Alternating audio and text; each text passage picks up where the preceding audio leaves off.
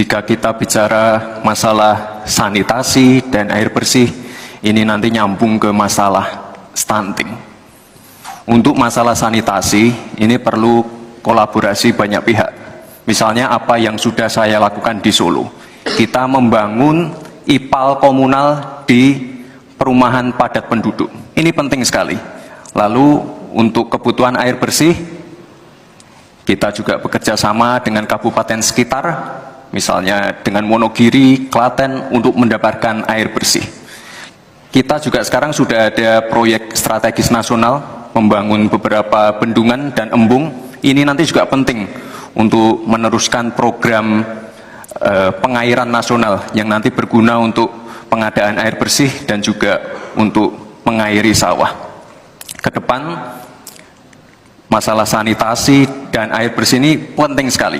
Karena kami dari paslon nomor 2 ingin menyiapkan generasi-generasi emas yang sehat dan pintar.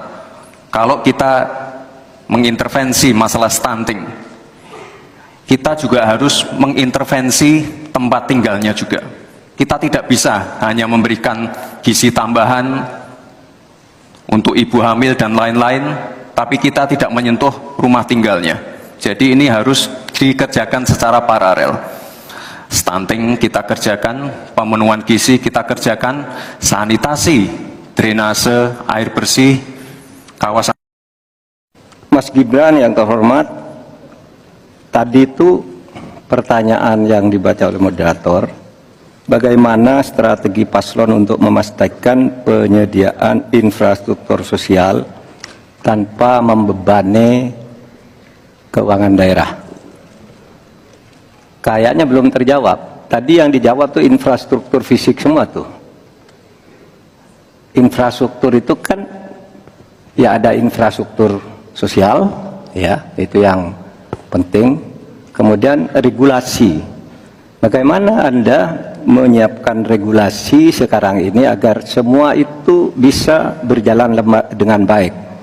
Nah, kalau infrastruktur fisik mungkin sih bisa saja diutak-atik dari APBN, APBD gitu ini untuk ini. Tapi masalahnya kita punya problem dengan infrastruktur sosial seperti yang ditanyakan tadi. Nah, itu saya kira yang perlu dijelaskan lebih jauh. Selesai. Waktu Anda habis, baik, kita akan ke calon wakil presiden nomor urut 1, Bapak Muhaimin Iskandar untuk menanggapi. Waktunya 1 menit.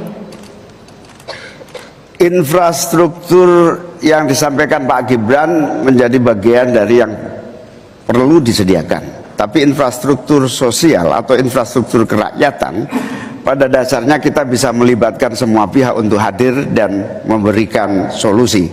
Contohnya infrastruktur gedung-gedung sekolah yang memberikan kesehatan, kecerdasan bagi masa depan anak didik kita.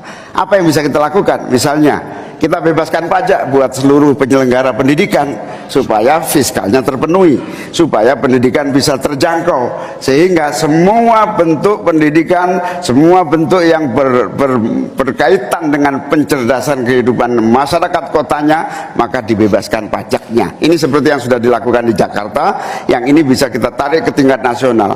Infrastruktur sosial tercipta dengan pemerintah memberi fasilitas yang memadai.